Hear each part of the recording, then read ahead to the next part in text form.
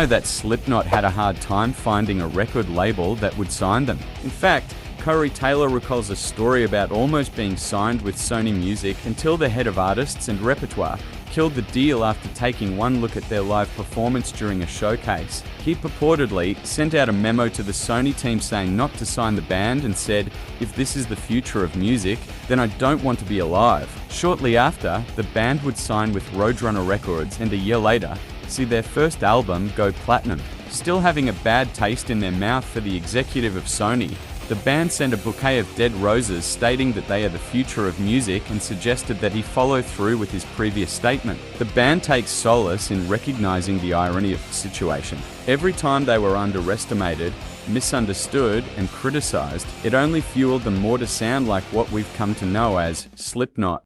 Did you know Mitch Lucker of Suicide Silence sold the bloody shirt he wore in the music video for You Only Live Once? Expecting only a few bucks, they were shocked to find the shirt had earned them $800. The band took the opportunity to do some good with the money, but rather than just donate it to charity, they purchased 4 giant Christmas bags full of toys and personally donated it to kids in need. The experience was so enlightening that the band planned to expand on the idea the following year, hoping to hold a big show at the cost of one donation for kids. The cause was especially important to Mitch, who at the time had a 5-year-old daughter who meant the world to him. Sadly, Mitch would meet an untimely death at only 28 before the band had an opportunity to do another donation event. Instead, that following year, the rest of the band held a show in his memory and donated the proceeds to Mitch's daughter's education fund. Credit to the band members for showing true heart and honoring Mitch's legacy in Suicide Silence. Did you know Kerry King, the iconic guitarist of Slayer,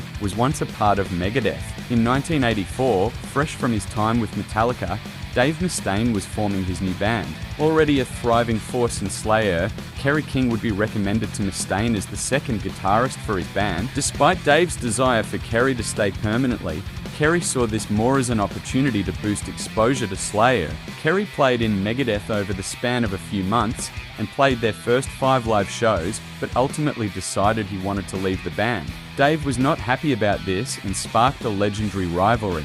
Fast forward 26 years to 2010, both Slayer and Megadeth were acts on the Jägermeister tour. On the final show of the tour, Dave had asked if Kerry King would reunite with Megadeth for special performance of Rattlehead. This was an iconic moment in metal history that bridged metal legends in an unexpected display of unity, proving it's never too late to make amends, even for Slayer.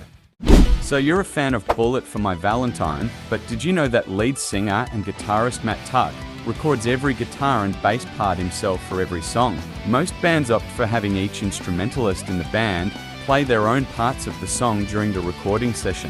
However, this is not the case for this band, as Matt explains. It's tighter if the same right hand is playing the same rhythms. Just comes down to a speed and efficiency in the studio kind of thing. Now, when you're listening to a Bullet for My Valentine track, you'll know that the majority of what you are hearing, be it guitar, bass, or vocals, it is all coming from Matt Tuck.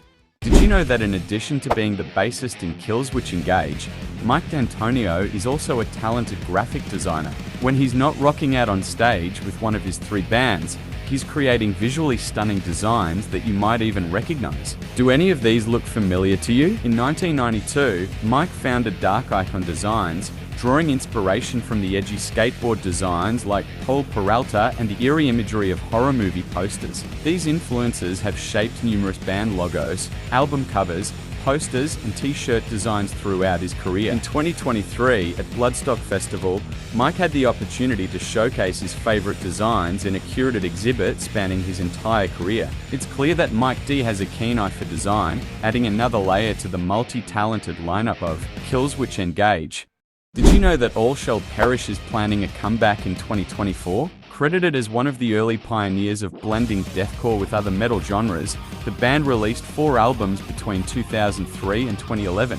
In 2013, Suicide Silence would attempt to pick up the pieces after the tragic loss of their vocalist Mitch Lucker. They reached out to All Shall Perish vocalist Hearn and Eddie Hermida, hoping to recruit him. Eddie, torn between his loyalty to both bands, attempted to juggle dual responsibilities. However, the demands of Suicide Silence ultimately took precedence, causing All Shall Perish to part ways with him. After multiple failed reunion attempts, All Shall Perish is once again on the horizon for 2024, promising 2 major appearances. The lineup consists of Eddie Hermida, Chris Story, Ben Oram, and Matthew Quickendall, with a bassist yet to be announced. What do you think?